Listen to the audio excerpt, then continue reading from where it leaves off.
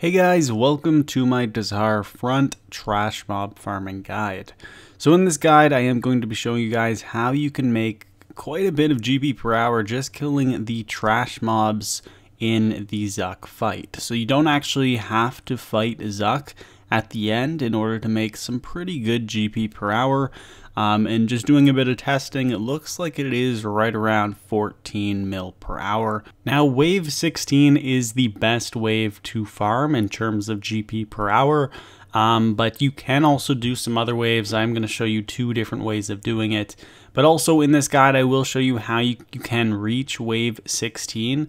And I will go through each of the waves and basically give you some tips on how to reach that 16th wave. I will put timestamps in the description, so if you guys are just looking to see the loot that I get from farming Jad, then basically you can just skip to that part, and the link to that will be in the description. Anyway guys, I hope you enjoy the video, and let's jump into it. So starting off, there was two different setups that I decided to use. The first setup is the range setup, and I probably prefer this one, at least for the wave 16, the triple Jad phase, which is where you will want to be farming. So basically in this setup, as you can see, I am using a Saren Godbow. It's extremely effective against the Jad, so I highly recommend using it. The Scripture of When also is quite helpful when fighting the Jads. Cinderbane gloves, of course, are helpful. As for the gear, it doesn't quite matter on the Jad phase. However, when you are farming up to wave 16, you will want to have the chins for sure. Lots of food, super stores, Cerebrews, the adrenaline potions for when you do have to take down Tzek, at least for 50,000 health.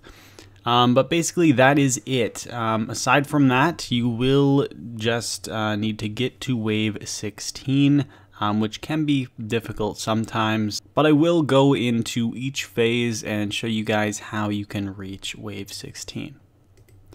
Next is the magic setup, and I actually did prefer this setup at least for the first 4 waves, just because it is much easier to get the AoE effects with magic, I did find.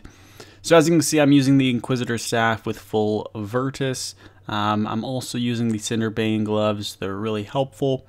And basically the same sort of gear setup, lots of food. I did have a Beast of Burden with food as well, since you will just want to use this setup at least to get to wave 16.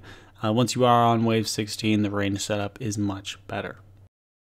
So in this next part, I am going to be showing you guys each phase and how you can reach that 16th phase fairly easily.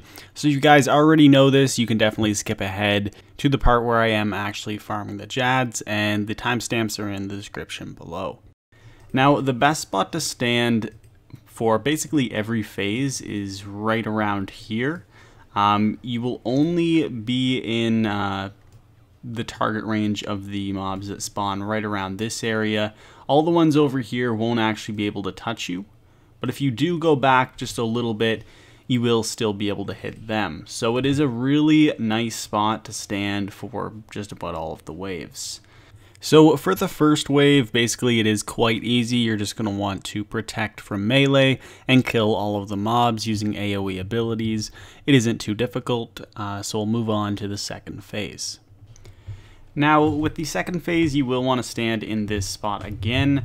This time you will have a few enemies that do use ranged attacks, so do watch out for that. You will want to protect from ranged. But again, you will just be able to do the same sort of thing, just kill all of the mobs. Then the last few, you can just fight from distance in a safe spot while using Soul Split. Now for wave 3, you will get some large melee mobs spawn. For this, you will want to stand in this same spot. You can safe spot basically all of them. It is best to take out the ranged creatures first, since they will deal the most damage. Then you can finish it off by using Soul Split on the melee creatures in a safe spot. On wave 4, this is where the special phase will begin. So you will get some of these mobs with 25,000 health. These can only be killed if they are stunned, so you will want to make sure that you do stun them in the first place, otherwise they will begin to restore health. Now, once all of the mobs with 25k health are killed, you will get the ability to stagger Tzek. You will need to deal 50,000 damage in this period, so I do recommend you guys using adrenaline potions. You'll want to deal damage quite fast in this phase. You can see that if you don't reach the 50k threshold, you will have to go through the phase again, and then you will be able to stagger Tzek at the end of the phase and finish off the 50k health. So once you have damaged Tzek down to the 550k, this is when the 5th phase will begin, and it will be one of the challenge waves. Basically, you will need to kill each of these creatures before their bar fills up. Otherwise, you will get hit for some pretty serious damage. You will reach a checkpoint once you get through this wave. Now, in phase 6, you will get various mobs spawn, including Jad. Now, you will want to kill the mobs first, and then move on to killing Jad. Now, Jad can be difficult to kill if you aren't used to prayer flicking, but you will just want to make sure that you are using the correct protection prayer for each of Jad's attacks. Otherwise, he will hit you for a 7 or 8k and possibly even KO you. So Jad will have a ranged attack, which you can see on screen now, and he also has a magic attack, which you can see as well. So you will want to prayer flick depending on which attack he does use, and if you do get the protection prayer right, he will only deal 1 damage, making him fairly easy to kill. For wave 7, you will get various other mobs spawn. This time you will get some mobs that use magic attacks, range attacks, and melee attacks. Just use the correct protection prayer. You will also want to stand in the area where I am on screen. As you can see that it does stop some of the mobs from coming at you, so you can focus on a few of them at once. There isn't too much special with this phase. You'll just need to kill all the mobs and move on to the next one. Phase 8 will be quite similar. You'll want to be killing all of the mobs again, and again you will get various different types of mobs with using various different combat styles. So again, just make sure you are using the correct protection prayer. Similar to phase 4, phase 8 will have ranged igneous TzekHaar Front spawn, and these will have the same requirement where you do need to stun them before you are able to kill them. So just find those 3, and then once you kill all 3 of those, you will be able to stun Tzek again, and you'll have to deal 50,000 life points to make it to the next phase. If you do not, you'll have to repeat the phase, and then you can finish off that 50k life points. In phase 10, it will be another challenge wave, and this is where you will be fighting the unbreakable TzekHaar Front. This mob will only take damage if your attack does over 3,000 damage, so you will want to use your thresholds and special attacks for this mob. If you are unable to kill him when the bar reaches the top, he will explode, dealing 6,000 damage to you. In phase 11, you will get 2 Tzek-Jads spawn. In this phase, you will want to take out the mobs first, and make sure to try and keep the Tzek-Jads stuck on one of the debris in the arena. That way you won't have to deal with them until the end. Again, once you kill all of the mobs, you can move on to the Tzek-Jads. Just do one at a time to make it simple. Wave 12 will be another one of those waves where various different creatures spawn with different attack styles. So you will want to stay in the safe spot zone and try and make sure one of them is targeted on you at a time, and just use the correct protection prayer. The 2 creatures in the northern part of the arena will be dealing magic, and they do hit quite hard, so I do recommend using a devotion for killing those 2. Wave 13 will be quite similar. You will be getting various different creatures. Again, this time you will be getting 4 of the TzekHaar Front Tzek creatures, which do deal quite a bit of damage. Basically, you'll just want to try and safe spot as many creatures as you can. Remember to use Devotion if it is available, since you will be taking a lot of damage in this phase. Now in Wave 14, you will be faced against 3 different creatures. These creatures are going to be having sort of a shield around them.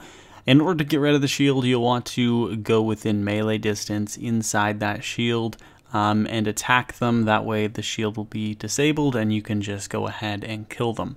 You will want to protect from mage throughout this entire wave. In order to complete Wave 14, you will need to stagger Tzek and deal another 50,000 life points.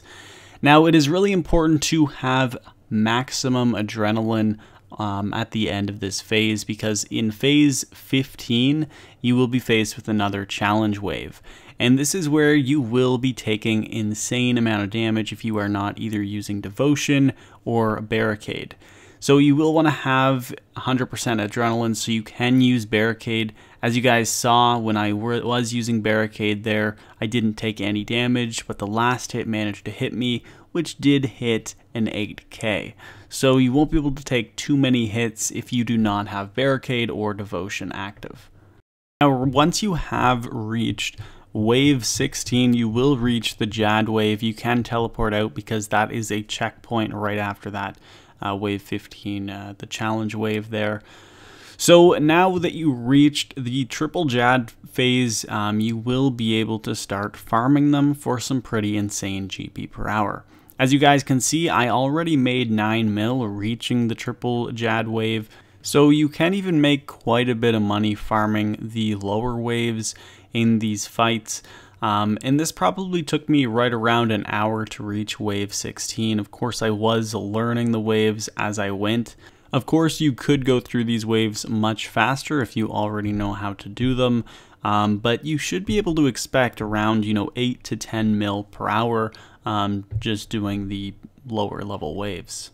Now, in terms of farming the triple Jad wave, I recommend you guys use ranged. As you can see, when I am farming this wave, you will want to make sure to stand in this location right here. That way, only one of the Jads will hit you at a time. If you do have the Saren Godbow, the special attack is extremely effective against Jad, so that is something that is extremely helpful. But as you can see, you will want to just target one Jad at a time. Once you kill the second Jad, you will want to teleport out. That way you can go back to this wave when you come back in. You will also get some marks of war while you are killing these Jads, which is a pretty nice bonus. And the loot from these Jads is pretty great as well. So a Jad actually has 2 different drop tables. It has the common drop table, which is the table on the left. As you can see, the drops are much worse than the drop table on the right. So Jad has a higher chance of dropping items from the elite table, which is the table on the right with the uncut onyx. As you can see, you are going to be making most of the money from the large blunt orichalcum salvage. You will be making around 400 to 600k if you do happen to get this drop.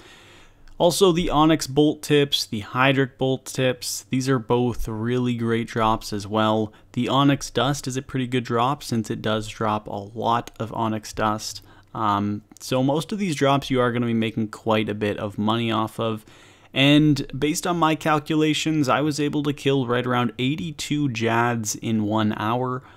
So I did happen to make quite a bit of money in that hour. So looking at my loot from 1 hour of killing Jads, I was able to make right around 14 mil in that 1 hour. And I did kill 82 Jads in that hour.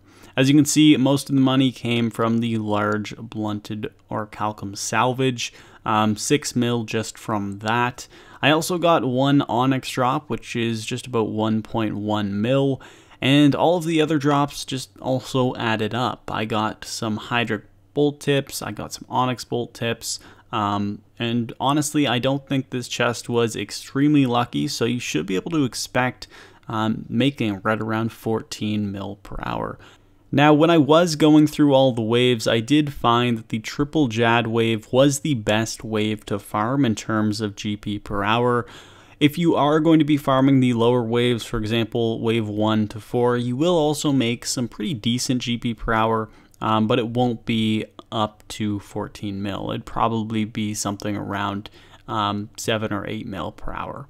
So the higher you go, the better drops you honestly will receive. Yeah, this is a pretty good way to make some easy money, especially if you're someone who is still trying to learn how to defeat Tzek. And so anyway guys, that is everything in this video. I really hope you did enjoy.